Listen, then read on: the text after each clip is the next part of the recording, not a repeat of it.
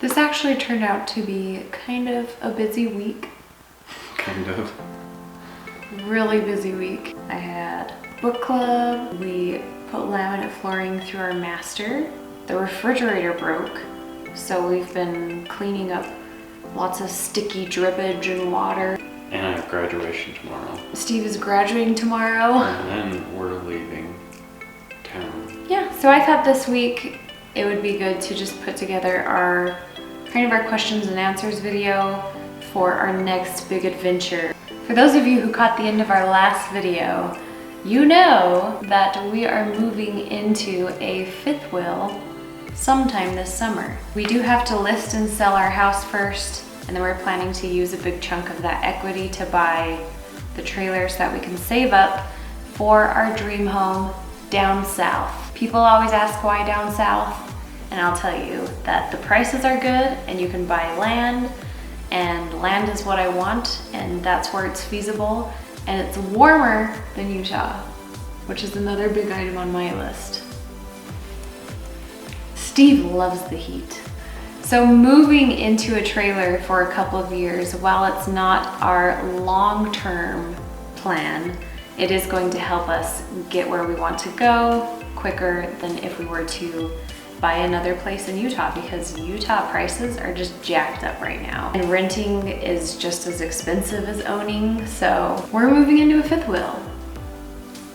For those of you that are new to this side of our story and you haven't really been following from the beginning, we bought a 1972 Terry bumper pull trailer, something like that. It was very old and out of shape. We got it for like $500, $600. So we bought this trailer and we were planning to just fix it up and renovate it. After we got it, we kind of started peeling back the layers, and the more that we peeled back, the more we were just very uncomfortable with the structure. Particularly around the door that were like black, and when we pulled the wall off, they just like crumbled. Yeah, just completely deteriorating. And with the insulation, there were just a lot of factors that played into us deciding to rip it down to the chassis and build a tiny home on top of it. The problem with the tiny house build after that was we were building the tiny house on the chassis that the trailer was on. The chassis wasn't in the best shape, and so we really couldn't put a lot of weight on it, which was a big problem for a lot of reasons. We couldn't do a loft. We couldn't play around with any like pullouts, or we were very limited weight-wise, and so in turn we were limited as far as any kind of designs. We had to stick to the very bare minimum. It wouldn't have been functional for our family, meaning we have a toddler, and when the kitchen is the master, is the dining room, is the living room, is Evie's room, we definitely have a better idea of what is going to make this plan doable. We think. Hopefully. We're gonna go for it. Probably be 2 months in that we're gonna be like, Never mind. No, we are doing this. So let's hash out some of our non-negotiables, just so that people don't think we're completely crazy. Negotiable number 1. No. Non-negotiable number 1. Size. Our last project was roughly 150 square feet. Teeny tiny. We're not building a tiny house this time around. We really like the mobility of a travel trailer. We are going to stick with a fifth wheel opposed to a bumper pull. They are easier to pull. A tiny house is really blocky, and it's actually not as mobile as it's cracked up to be, and there's a lot of restrictions as to where you can park it. With a trailer and just keeping it set up as a trailer, it's going to make moving it around a lot easier. We can take it camping if we want eventually, but even just for living in it, we can go to any long-term RV park and they're not going to turn us away because it's just a trailer, it's not a tiny house. The trailers that we are going to be looking at are really long. So we're talking like 34 to 36 feet. It's just a lot more functional when you're anticipating, okay, this could be a couple of years. And the price difference is so small. To go from like a 25-foot trailer to a 35-foot trailer of the same quality is like another $50 a month. Yeah. If you're buying used. The longer trailers also usually have a couple of features which are going to be key to our salvation. Number one, there is a master at one end. Number two, there is a bunkhouse at the other end. It's very important to me that not only that Steve and I have our own space and our privacy, but that Evie also has her own. In our original plan, she wouldn't have been able to keep toys or all of her project stuff. There's just so many ways that she expresses herself right now, and I feel like it's important for her development to be able to continue expressing herself in those ways. And so with a bunkhouse, which is usually a room at an end of a trailer that has 4 bunks, we can rip 2 or 3 of those bunks out and then just really make it her room. They generally have good storage, so she'll be able to keep a lot of her toys and her project materials and everything that's really important to her.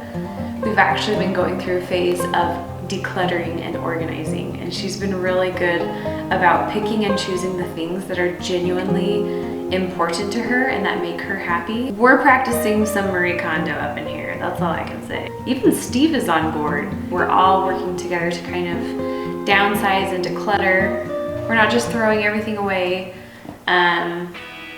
We're trying to be smart about it, but we are... Like our tools, my tools. Yeah, we're not touching Steve's tools. And our board games. And board games, the 2 essentials. Yeah, that's all you need. Another thing with those floor plans, we're gonna make sure that we get one that has a lot of pull-outs, slide-outs. I think they call them slide-outs. That's less sexual. I should say that. It is, but I think they refer to them as both. But slide-outs sounds fancier.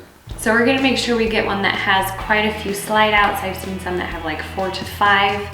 That really just opens up the space and makes it feel less narrow, makes it feel a lot more homey, especially when the slide-outs are directly across from each other. It just opens that up significantly. So that's something we'll be paying attention to for sure. And then we are going to renovate it just a little bit. We're just talking very simple cosmetic fixes. So paint, flooring, maybe light fixtures. I've just seen pool.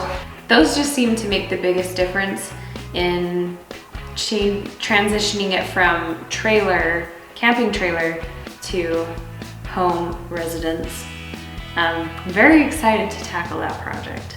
So probably the biggest question that we get right now is people wondering, where are you gonna park your trailer? We had done a little bit of research trying to figure out where in Utah we could actually park our trailer long-term. Turns out there aren't a lot of RV parks that offer long-term stay, but we did find one in Draper that had reasonable monthly rates. I think it was like $500 a month. Six something. So we were running this plan by my parents and my mom. As soon as we got to we found this park in Draper that charges long-term stay.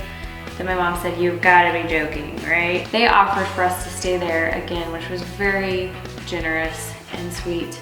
And we're really excited because we like them. For those of you that follow me on Instagram, those chicks and little tiny ducklings that were so cute, that's at my parents'.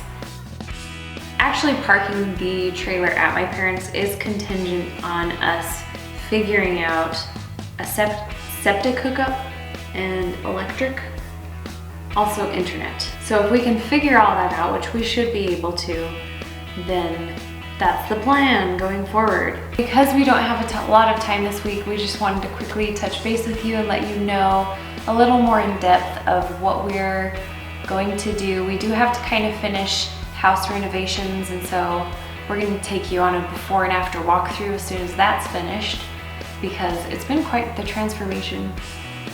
It looks really good. It's going to be kind of hard to leave it, I think, just because we've put so much heart into this home. But we are excited for new adventures and kind of ready to get it started. Thank you to so much.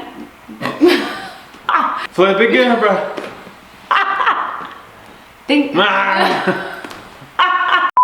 Thank you so much to everybody who tuned in for this week's update.